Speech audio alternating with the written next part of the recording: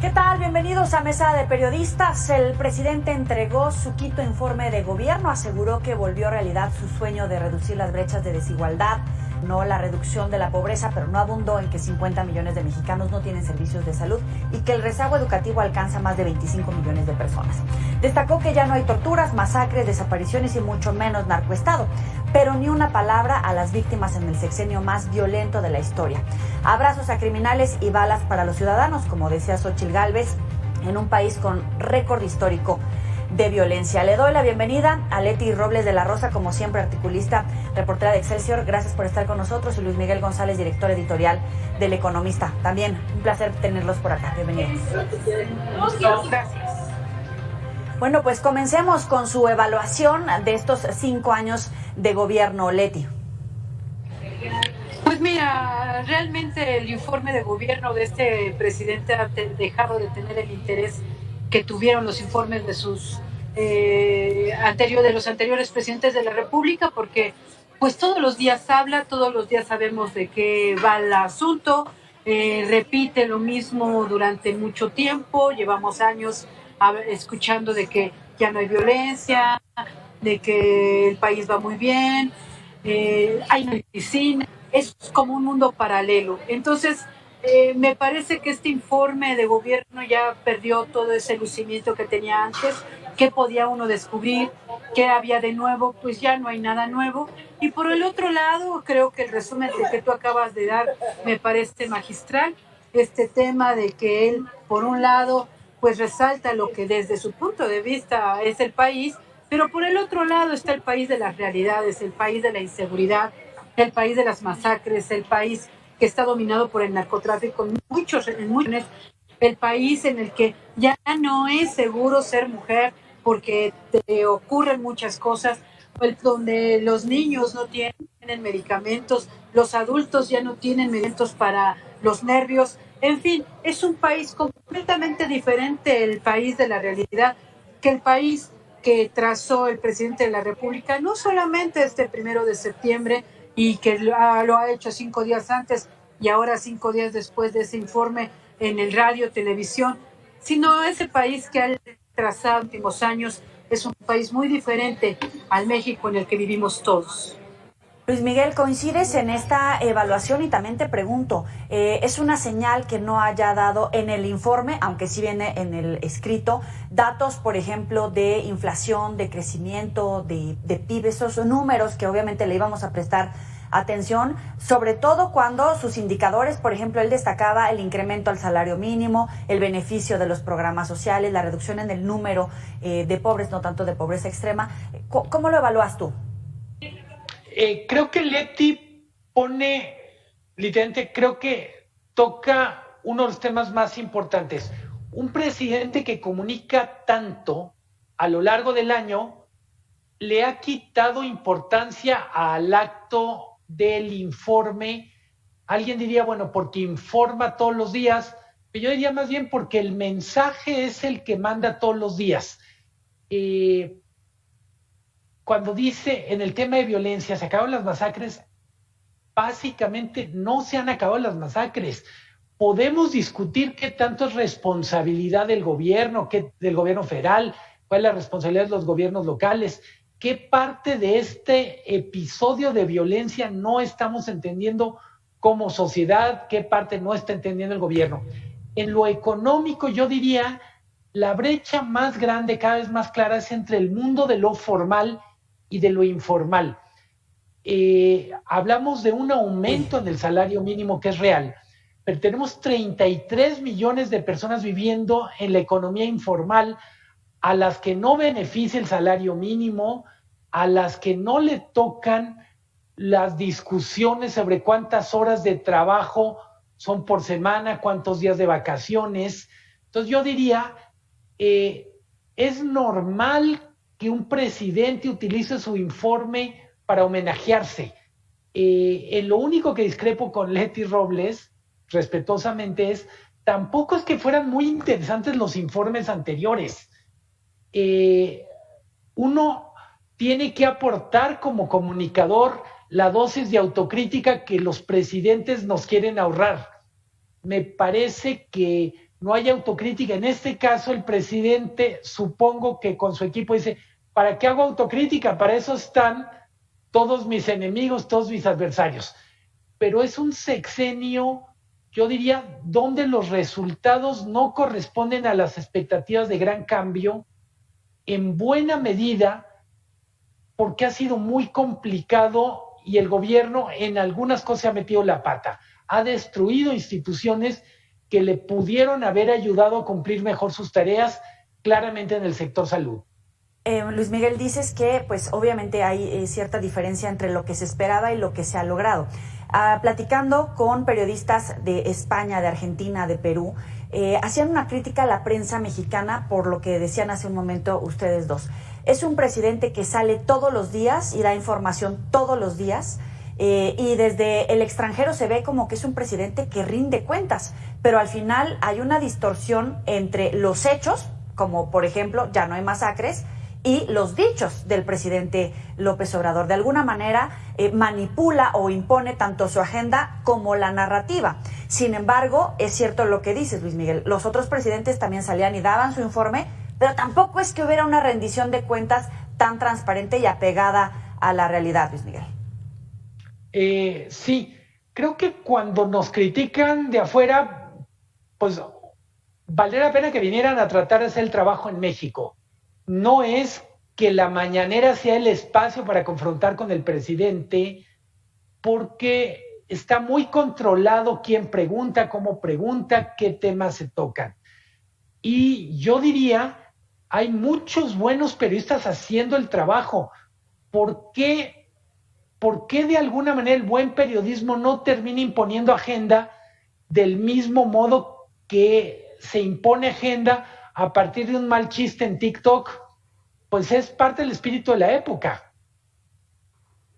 Oye, y para muestra tenemos las columnas, los tweets, el seguimiento informativo, todas las publicaciones de Leti. Son números que a veces pues puede resultar una grosería las cifras que manejas, los datos duros que manejas, si lo contrastas con el discurso amigable, medio bonachón del presidente, ¿no?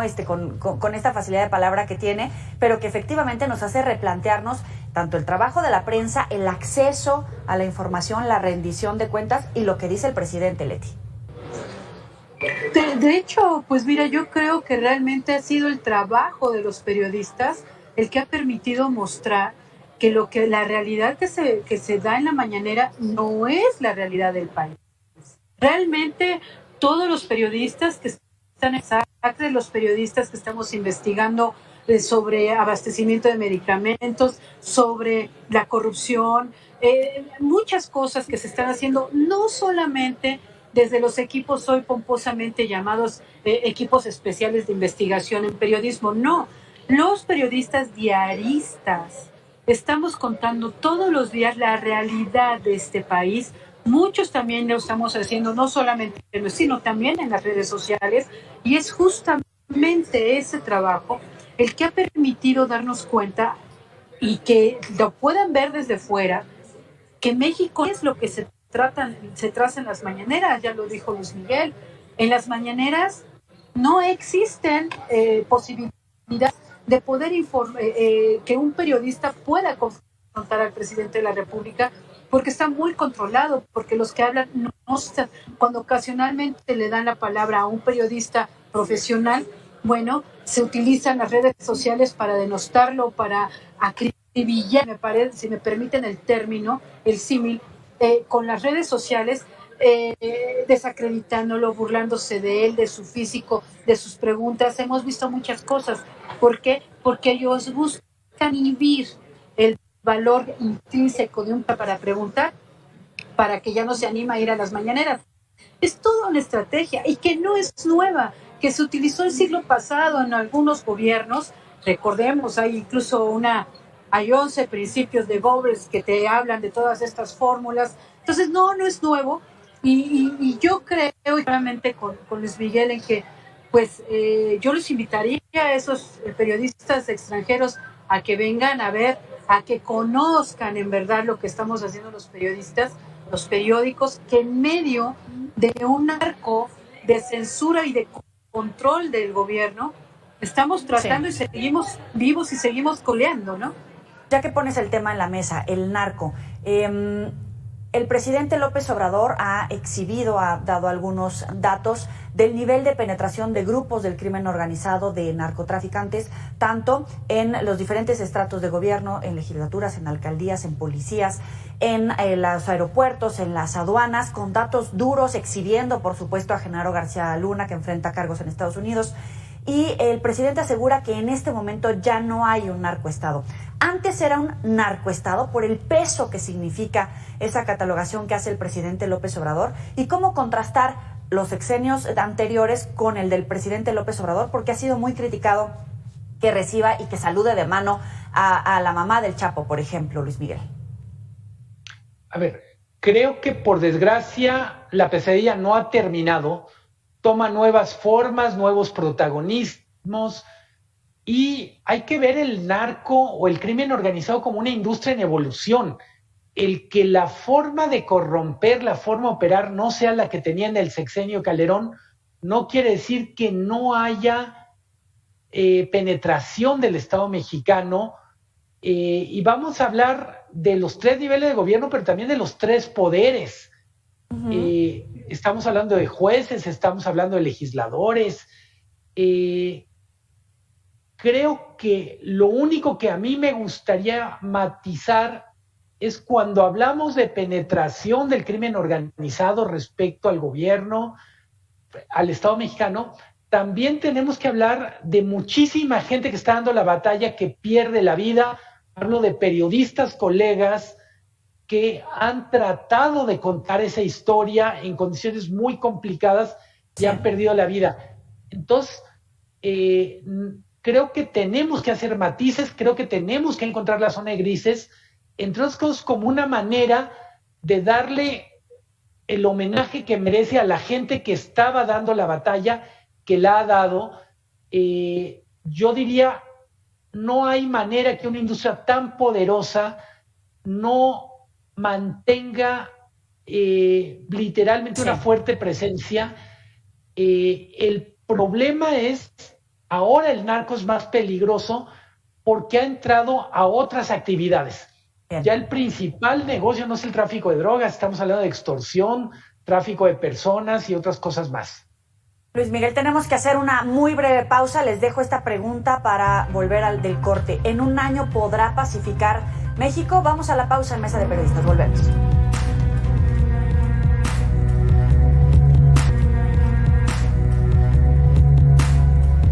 Continuamos en Mesa de Periodistas. Les planteaba esta pregunta. ¿En un año el presidente López Obrador podrá pacificar a México? ¿Leti? No, de ninguna manera, eso no, la verdad yo creo que ni en sueños. Coincido con Luis Miguel en el sentido que la pesadilla no ha terminado. Cambiamos de sexenios, pero la pesadilla sigue ahí, y mi perspectiva es que está peor, porque antes había pues un esfuerzo por detener delincuentes. Hoy vemos que hay una defensa desde el púlpito presidencial de los delincuentes como humanos y como ciudadanos que necesitan atención, más una minimización de lo que está ocurriendo.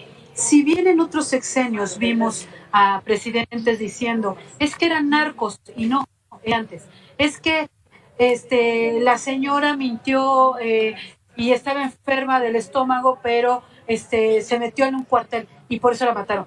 Cuando nosotros vimos eso ya, pero ahora, ¿qué es lo que estamos viendo? Estamos viendo a un gobierno que se para frente a su público y le dice, no, es que lo que pasó en Michoacán es un montaje, no, es que lo que pasa en Guerrero es un acto de publicidad. Entonces, no solamente no hay una acción contundente que se combine en el combate a las causas de que la gente se vaya al crimen organizado o que sea un delincuente común. No solamente no vemos una estrategia real hacia eso, sino que tampoco vemos una estrategia de combate frontal, como estamos viendo pues un camino que permita pues a mitigar. Pero además de todo eso, Ahora estamos viendo un gobierno que cuando se ven estos escenarios dantescos, infernales de violencia, acá en Guerrero, en donde se dé, pues sale y te dice, no pasa nada, un asunto de mis adversarios para estarme atacando, los medios están mintiendo, y hay una, desde mi punto de vista, insensibilidad absoluta hacia la gente que esté muerta, ya sea que sean ciudadanos comunes, antes les llamaban daño colateral, o que sean delincuentes o que sean personas inocentes. Los muertos hoy son pues considerados como parte de una estrategia, una campaña, una publicidad en contra del gobierno. Luis Miguel, duro este panorama que pinta Leti. Quisiera retomar la idea que ponía sobre la mesa. Muchas expectativas del presidente, parte de lo que había propuesto lo alcanza, lo logra. Sin embargo, hay muchas otras cosas que también incluso las propias resistencias al cambio pudieron haber mermado su avance, tanto en el sistema de seguridad como en el sistema de salud. Bien decías, se desmontaron muchas de las instituciones que podrían haberlo ayudado a construir esos objetivos. Creo que parte del tema ha sido el desprecio del presidente por la administración pública como un oficio que requiere expertos, que tiene un método, que tiene una técnica. Se ha sustituido la administración pública profesional por voluntarismo. Ha habido, yo diría, probablemente el gran retroceso en estos 5 años tiene que ver con el desmantelamiento de algunas áreas cruciales de la administración pública, órganos reguladores. En términos generales, lo que hemos visto es una sustitución de cuadros profesionales formados con recursos públicos por activistas de la causa del presidente en algunos temas. Mencionaste el tema de salud. Es una obra en 3 actos. Primero se desmantela el seguro popular. Se crea sin un diagnóstico, sin una estrategia clara el INSABI. Se desmantela el INSABI sin que haya un informe oficial de qué pasó. Sabemos que fue un fracaso estrepitoso, pero no es que haya un cuaderno blanco, un libro blanco de la administración donde diga, estas son las cosas que fallaron, ahora tenemos el IMSS Bienestar. Decías tú el tema de seguridad. El gran problema para mí con la inseguridad es se abandonó la estrategia de construir policías locales a lo largo de todo el territorio nacional, policías locales, policías estatales, con el argumento que eran corruptas, que no servían para nada. Se sustituyó por militares que por lo pronto han tenido que dividir su trabajo entre seguridad pública, constructores y administradores de uno de los más grandes corporativos de México, como es ahora el conjunto de empresas que tiene el ejército. Si pones a alguien a escoger entre qué prefiere, administrar una empresa rica o darse de balazos con el narco, pues yo creo que la pregunta se contesta sola. Claro. Oye, y hablando ya de esas expectativas que falta por cumplir, él celebraba y toda su trayectoria habló de primero los pobres, tratar de reducir las brechas de desigualdad. Sin embargo, si vemos, por ejemplo, el rezago educativo, pues también quedan expectativas por cumplir. Si tuviéramos que hacer un ejercicio de claroscuros, estos 5 años, ¿qué tanto hemos avanzado? Empecemos por las brechas de desigualdad. Dabas indicadores, por ejemplo, de la informalidad, Luis Miguel. ¿Qué tanto ha habido esos avances o si son años perdidos? Algunos aseguran que no solamente estamos peor que al principio de esta administración, pero atribuyen muchos de los problemas a la crisis de salud, a la crisis económica derivado de la pandemia. En realidad, ¿en dónde podríamos estar, Luis Miguel? Efectivamente tenemos que tomar en cuenta la pandemia. La pandemia cambió la dinámica de las sociedades en todo el mundo y no solo es en México.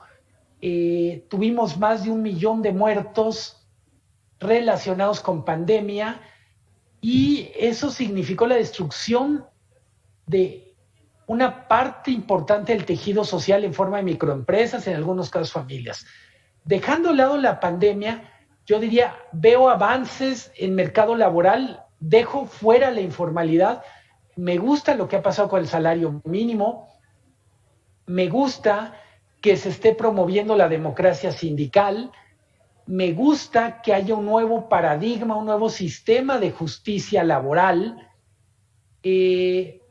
pero al mismo tiempo, cuando uno ve cuánto impacta eso en términos de hacernos un país menos desigual, digo, los avances son milimétricos en buena medida porque todo está hecho en México para que seamos un país desigual.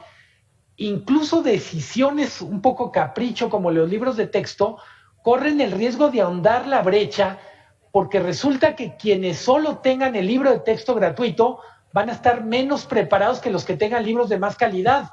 Solo por poner un caso donde el propio mensaje público contrasta con una realidad que es muy complicada. Pocos retos son tan complicados de afrontar como reducir la desigualdad. Hablamos de desigualdad en el ingreso, pero también en las oportunidades.